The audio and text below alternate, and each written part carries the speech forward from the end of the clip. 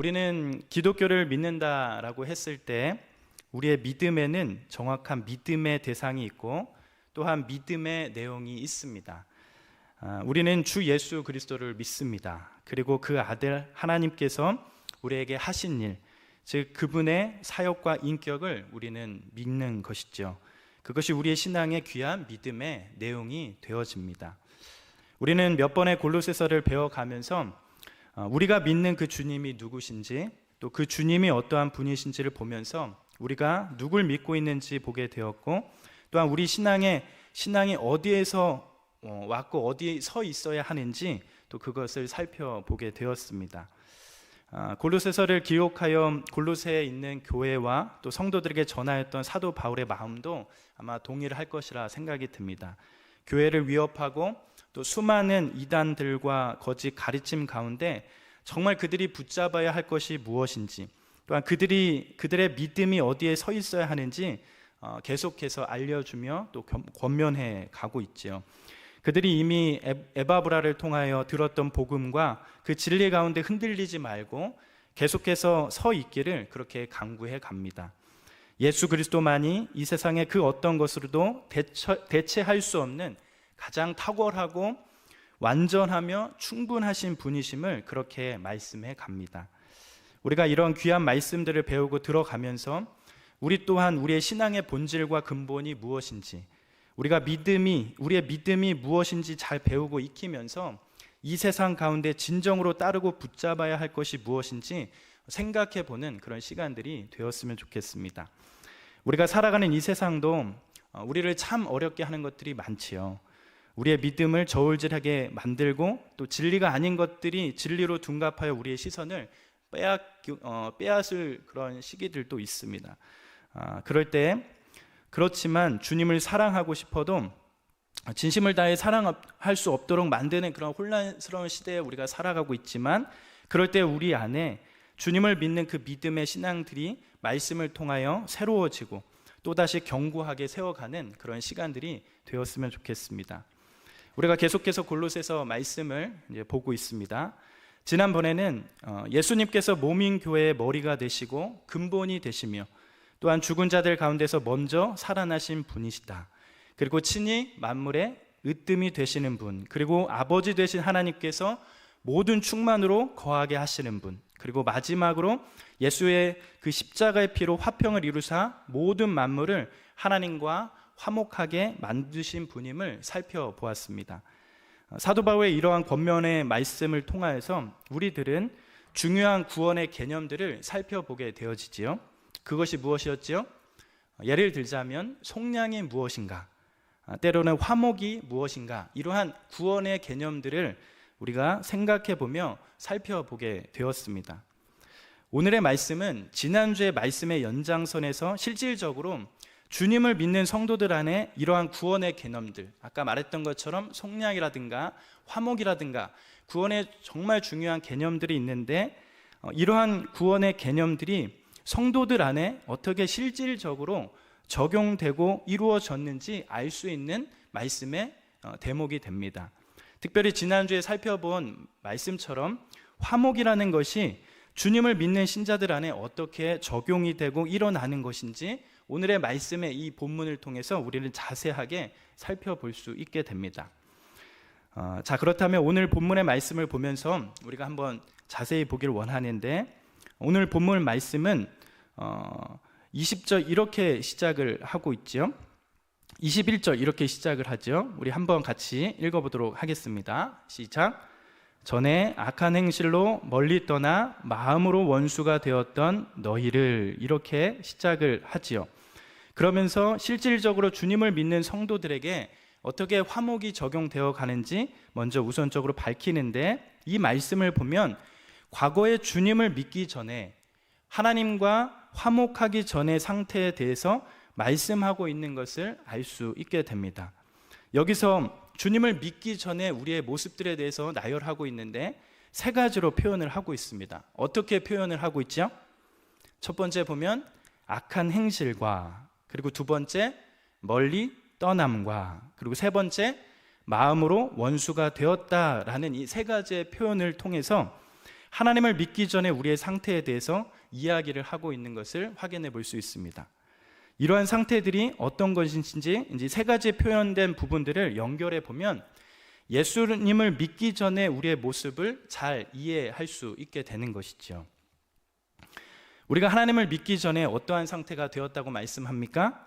우리가 마음에서부터 하나님과 원수가 되었다라고 말씀합니다. 사람의 마음은 원래부터 중립적인 상태에 있는 것이 아니라 모태에서부터 하나님을 원수로 여기거나 그분을 대적하는 마음으로 그 마음을 가지고 태어나게 됨을 알게 됩니다. 예수님을 믿어 성도가 되기 전에는 하나님과 원수가 되고 하나님을 미워하는 그런 상태라는 것이죠. 이것이 성경이 갖고 있는 사람에 대한 관점이고 한편으로는 사람이 가지고 있는 가장 크고 중대한 문제라는 것을 밝히고 있습니다. 인간은 하나님과 그분의 진리에 대한 어떠한 마음 깊은 곳에서부터 분노와 미움과 적대감을 가지고 있다라는 것이죠. 이것은 불신자들이 가지고 있는 기본적인 모습이고 상태를 가리키는 말씀입니다. 그렇기 때문에 하나님께서 예수님을 십자가에 매달아 사람들에게 하나님의 위를 전가해 주셨지만 오히려 사람들은 그것을 위지하고 환영하기보다는 오히려 자기의 위를 주장하게 되는 것이죠. 하나님 편에서 일들을 생각하고 마음에 두는 것이 아니라 끝까지 자기 자신의 의를 고집하고 끝까지 그것을 붙들게 되어집니다. 그러하기에 마음으로부터 하나님을 떠나게 된다면 여러분 어떻게 될까요? 마음으로부터 하나님과 멀어지게 된다면 당연히 하나님을 멀리 떠나게 됩니다. 하나님을 우리의 주인으로 왕으로 모시지 못하고 오히려 자기 자신이 주인이 되고 왕이 되며 그렇게 살고 싶어 하는 것이죠. 결국 하나님을 향한 미움과 분노는 우리로 하여금 하나님으로부터 멀리 떨어져 살도록 만들게 되는 것입니다. 마음으로부터 원수가 된 상태는 우리로 하여금 되도록 하나님으로부터 최대한 멀리 떨어져 있고 싶어하는 그런 마음을 만들게 되는 것입니다. 가능하며 하나님과 대면하지 않고 마주치지 않으며 계속적으로 피하고 떠나려고 하는 것들로 드러나게 되는 것이죠. 결국 마음으로부터 하나님과 원수가 되고 그 결과 자연스럽게 하나님을 멀리 떠나게 되면 결국 하나님을 피하고 대면하지 않고 마주치지 않으려고 노력하는 모습들이 나오게 됩니다. 이러한 상태와 모습 가운데 당연히 필연적으로 따라오는 행동은 무엇일까요? 하나님으로부터 마음을 떠나고 싶고 하나님을 떠나고 싶은 그런 상태에서 나오는 어떠한 결과들은 행동들은 무엇일까요? 그것은 바로 악한 행실로 나오게 되어 있습니다. 마음으로부터 하나님과 원수가 되고 그 결과 하나님을 떠나며 피하는 상태가 되고 그것의 결과적인 모습 가운데 악한 행실들이 나오게 되는 것입니다. 이러한 모습들에 대해서는 로마서 1장 28절 31절에 자세히 다루어져 있습니다. 우리 이 로마서 말씀 한번 같이 읽어보겠습니다. 시작. 또한 그들이 마음에 하나님을 두기 싫어하매 하나님께서 그들을 그 상실한 마음대로 내버려 두사 합당하지 못한 일을 하게 하셨으니 곧 모든 불의, 추락, 가득한 자요, 시기, 살인, 분쟁, 사기, 앗독이 가득한 자요, 수군수군하는 자요, 비방하는 자요, 하나님께서 미워하는 자요, 능욕하는 자요, 교만한 자요, 자랑하는 자요, 악을 도모하는 자요, 부모를 거역하는 자요, 우매한 자요, 배약하는 자요, 무정한 자요, 무자비한 자라. 로마서에서 말씀하고 있는 말씀이죠. 이 로마서 1장에서 다루는 내용과도 같이 이러한 악한 행실들이 나오게 되는데 이것의 출발지가 어디라고 무엇이라고 말씀하고 있죠? 바로 하나님을 마음에 두기 싫어하는 것. 다시 말한다면 마음에 하나님을 두기 싫어하는 것, 즉 하나님을 최대한 멀리하며 피하는 그런 상태들이 나오는데 그것을 통하여 뭔가 생기는 것이죠. 바로 악한 행실의 모습들이 나오게 된다라고 성경은 말씀하고 있습니다. 미움과 분노를 합리화하고 때로는 분쟁과 다투고 시기하고 또 부모를 거역하고 때로는 필요하면 온갖 악을 자행하기를 주저하지 않는 모습들, 이것은 하나님을 알기 전에 가지고 있는 모습입니다. 어쩌면 과거의 우리의 모습이기도 하는 것이죠. 우리도 하나님을 모를 때에 하나님과 사람을 미워하고 나 하나만을 위하여 살기를 좋아하고 때로는 하나님과도 멀찍이 떨어져 거리를 두고 불의를 행하며 그렇게 살았을 것입니다. 세상의 윤리와 도덕 수준들을 가지고 살기는 하지만 여전히 내 마음은 전쟁터처럼 살아가는 것이죠. 그저 외적으로 드러나는 교양과 품위만 생각하며 우리의 내면이 어떤 존재인지 별로 관심을 두지 않고 살아갑니다. 그것이 바로 주님을 믿기 전에 우리의 모습인 것이죠. 그렇게 살아왔던 우리들을 이제는 주님께서 우리를 향해 어떻게 하신다고 말씀하고 있죠? 주님을 마음으로부터 원수를 삼고 하나님을 떠나며 피하려고 하였고 그 결과 악한 행실의 결과를 만들어냈던 우리들을 향하여 하나님께서는 우리를 어떻게 하신다라고 말씀하고 있습니까? 바로 골로새서 1장 22절의 말씀을 통해서 확인해 볼 수 있습니다. 자, 우리 이 말씀 같이 읽어보겠습니다. 이제는 그의 육체의 죽음으로 말미암아 화목하게 하사 너희를 거룩하고 흠없고 첼망할 것이 없는 자로 그 앞에 세우고자 하셨으니. 전에는 우리가 하나님과 마음으로 원수가 되었던 우리들을 이제는 어떻게 하신다고 말씀합니까? 우리들을 예수 그리스도의 육체적 죽음으로 하나님과 화목하게 하셨다라고 말씀합니다. 하나님께서 사람들에게 구원의 자격이나 조건을 제시하거나 요구하시면 사람들이 이것을 도무지 충족시킬 수 없다는 것을 잘 아시고 아들 하나님이신 그 예수님을 십자가에 매달아 죽게 하시고 그를 믿는 자마다 구원을 얻게 하셨습니다. 그 은혜 안에서 하나님이 우리를 부르시고 계신 줄 마음으로 알고 깨닫게 되면 우리는 하나님과 화목하게 되는 것이죠. 하나님께서는 죄 때문에 불편했던 우리와의 관계를 그리스도 예수의 피로 화목하게 하셨습니다. 법적으로 죄를 용서받아 신분이 하나님의 자녀가 될 뿐만 아니라 정서적으로도 하나님과 화목하게 그렇게 만드셨죠. 이 모든 것을 하나님 편에서 작정하셔서 그것을 예수 그리스도 안에서 이루어 가셨습니다. 그렇다면 예수 그리스도의 육체적 죽음으로 하나님과 화목하게 되면 우리의 삶이 궁극적으로 어디를 향해 가게 되지요? 궁극적으로 우리의 삶은 어디를 향해 가게 되는 것일까요? 바로 22절 하반절에 말씀하는 것처럼 우리를 거룩하고 흠없고 책망할 것이 없는 자로 세우시기를 결심하셔서 우리를 하나님과 화목하고 거룩하고 흠없고 책망할 것이 없는 자로 데려가십니다. 바로 이것이 구원이며 우리가 최종적으로 가게 되는 모습이고 우리가 궁극적으로 보게 되는 삶인 것입니다. 마음에서부터 하나님을 미워하였고 멀리하였고 자신과 세상만을 즐기고 좋아하며 온갖 하나님께서 싫어하시고 미워하시는 악한 일을 행하는 그런 자였지만 이러한 구원의 증거가 우리 안에 역사하면서 우리를 온전한 모습으로 빚어가게 되는 것이죠. 구원은 아무 자격 없는 자에게 값없이 주어지는 것이지만 이 값없이 주어진 구원은 우리 안에서 새롭게 역사하며 우리를 더욱 값진 모습으로 만들어 간다라는 것입니다. 하나님께서는 예수 그리스도의 육체적 죽음으로 인하여 우리를 화목하게 만들어 주셨습니다. 또한 거룩하고 흠없고 책망할 것이 없는 자로 하나님 앞에 세우고자 하십니다. 그것이 궁극적으로 구원을 열어가시는 하나님의 어떠한 작정하심이요 하나님의 열심인 것이죠. 그렇다면 여러분, 거룩하다라는 것은 무슨 뜻일까요? 거룩하고 흠없고 책망할 것이 없는 자로 세우신다라는 것은 무엇일까요? 1차적으로는 하나님을 위하여 따로 떼었다, 하나님을 위하여 따로 구별했다라는 뜻을 가진 의미입니다. 그러한 뜻을 생각하여 우리가 이것을 해석해 본다면 하나님을 마음으로 멀리하고 떨어져 살고 싶어 하던 사람들 가운데 하나님이 자신을 위하여 구원할 성도들을 따로 떼어 놓으셨다라는 것을 알 수 있는 것이죠. 그러면 무엇을 위하여 그렇게 하셨을까요? 무엇을 위하여 구원한 우리를 따로 떼어 놓으시겠다라고 그렇게 하시는 걸까요? 바로 주님과 사귀고 교통하기 위해서 우리를 따로 떼어 구별하신 것입니다. 그래서 멀찍이 떨어져 원수 관계에 머물러 있지 않고 화목한 관계가 되어 가까운 거리에 하나님을 친밀하게 사랑하고 즐거워하도록 성도를 하나님 자신을 위한 것으로 따로 떼어놓으신 것입니다.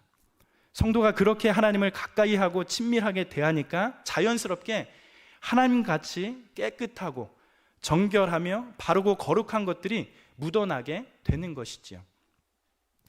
전에는 마음으로부터 떠나 하나님과 원수가 되었던 우리들에게, 또한 하나님을 피하고 멀리 하려고만 했던 우리들에게, 더욱이 선한 것 하나 없이 악한 행실로 가득했던 우리들에게 하나님께서는 이제는 그의 아들 하나님을 통해서 우리 안에 들어오시며 새로운 역사를 보여주시고, 이제는 화목으로 더욱 하나님과 깊은 관계로 우리를 초청하시며 초대하시고, 그런 우리를 향하여 기쁨으로 맞아주고 계신다라는 것입니다. 성도 편에서는, 우리 입장에서는 어쩌면 형용할 수 없는 하나님의 은혜인 것이죠. 우리에게는 어쩌면 늘 한계와 실패가 여전히 많습니다. 그러나 하나님께서는 반드시 우리를 정결하게 하고 거룩하고 흠없고 책망할 것이 없는 자로 빚어가십니다. 우리는 세상과 천사들 앞에 하나님의 사람으로서 존영과 아름다움을 온전히 드러내는 영광을 향해 가고 있다는 것이죠.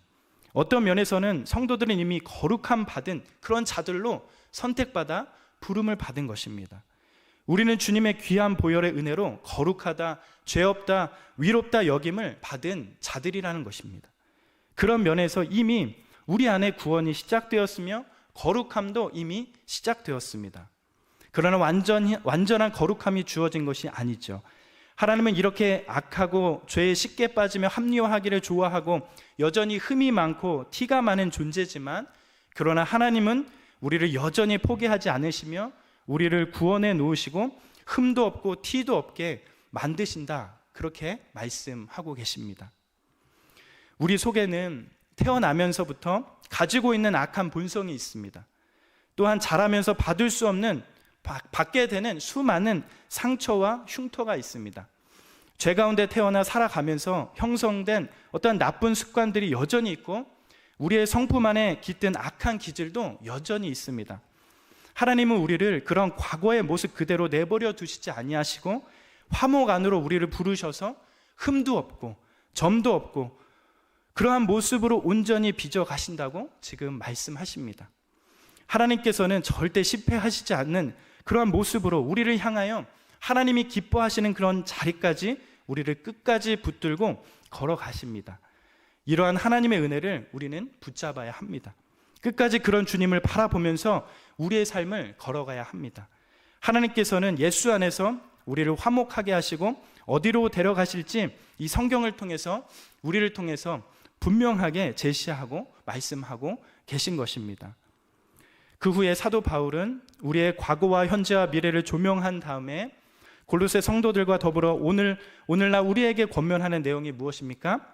우리가 신앙생활을 하면서 거짓된 교리와 진리들, 그리고 거짓된 가르침들이 밀려와 우리들을 유혹하고 미혹하며 진리의 길에서 떠나려 만들게 한다면, 때로는 사람들과 환경이 우리를 넘어뜨리고 낙심시키고 어렵게 만들어 믿음의 담력이 약해질 때 사도 바울은 어떻게 하라고 권면해 가고 있습니까?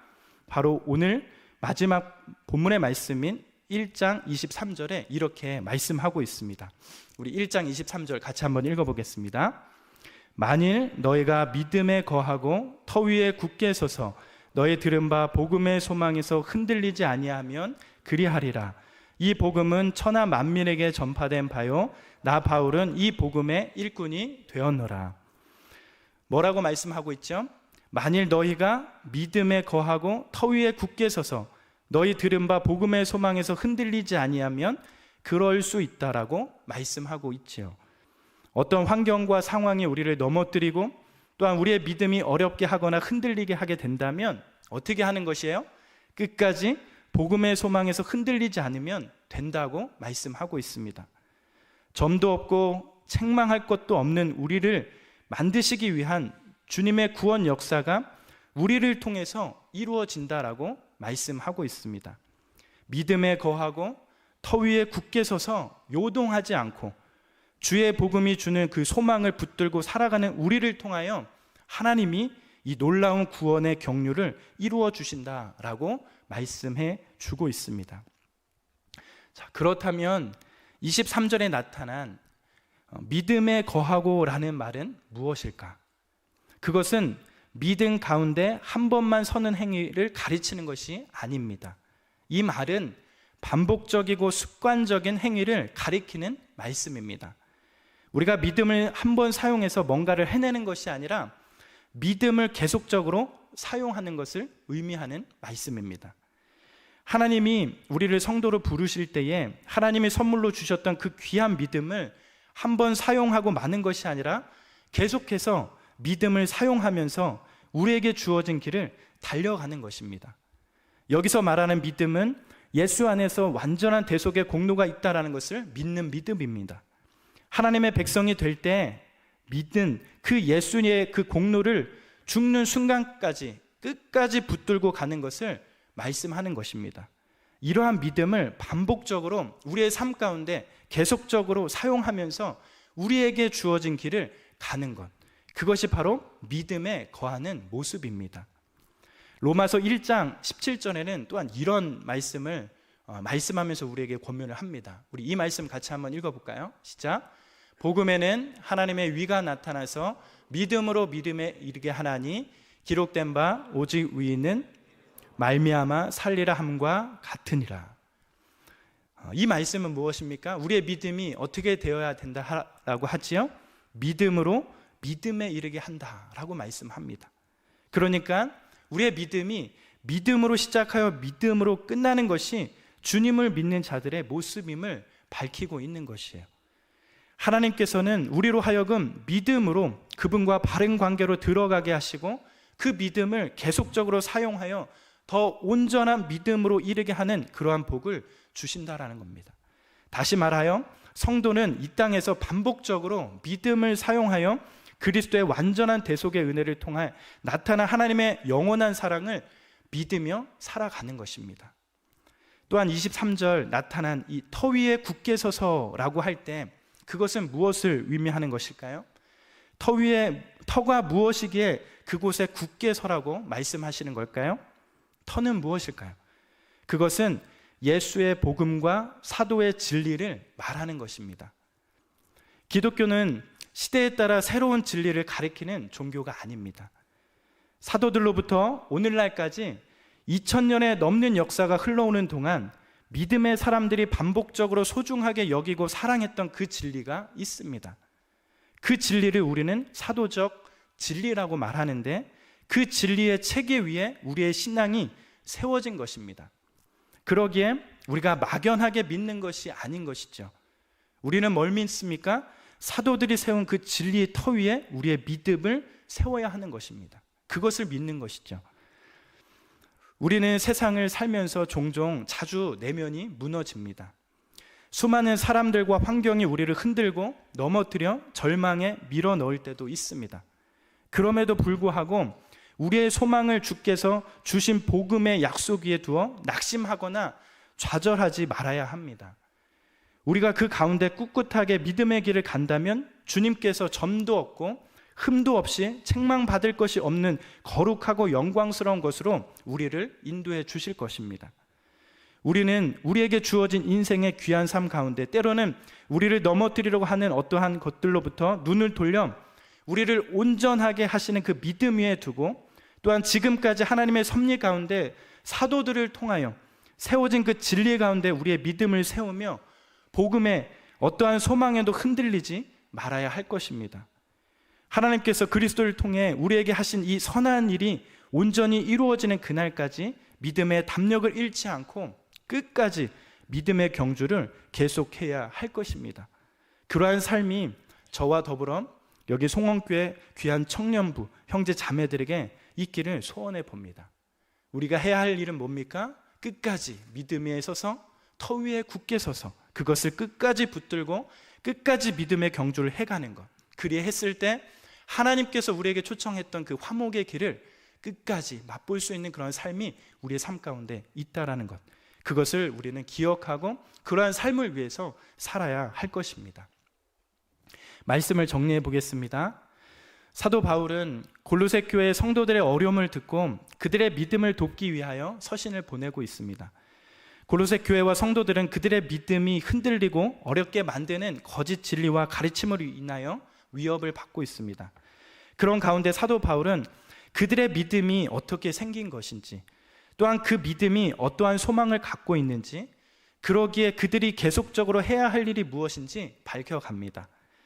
그들은 전에 악한 행실로 멀리 떠나 마음으로 원수가 되었지만 이제는 예수 안에서 하나님과 화목하게 되었으며, 이제는 하나님께서 그들을 거룩하고 흠도 없고 책망할 것이 없는 자로 하나님 앞에 세우고자 하십니다. 그러기에 사도 바울은 골로새 교회와 성도들이 더욱더 믿음 안에 거하고 진리의 터 위에 서서 그들이 들은 바 소망의 그 복음의 소망에서 흔들리지 않기를 기도하고 그렇게 권면해 가고 있습니다. 이 땅을 살아가는 주님을 믿는 모든 자들도 이와 마찬가지다 생각이 듭니다. 날마다 하나님의 은혜를 기억하면서 전에는 하나님과 원수가 되었던 우리들을 이제는 하나님과 화목할 수 있는 존재로, 더욱이 앞으로는 거룩하고 흠도 없고 책망할 것이 없는 존재로 하나님 앞에 설 수 있는 자임을 소망하면서 더욱 믿음과 진리 안에 흔들리지 말아야 할 것입니다. 우리를 흔들고 어렵게 하는 여러 환경과 상황들이 늘 존재하고, 또한 우리의 믿음을 혼란스럽게 하며 저울질하는 그런 여러 가지 삶들이 우리의 삶 가운데 존재하지만, 날마다 주님이 주시는 그 믿음을 생각하면서 더욱더 진리 안에 거하며 예수 안에 참 기쁨과 평안을 소유해 가시는 저와 송원교회 형제 자매들이 되길 간절히 기도합니다. 그런 주님의 은혜가 풍성히 우리 안에 거하는, 또한 열매 맺혀가는 그런 삶이 되시길 간절히 기도하며 축복해 봅니다.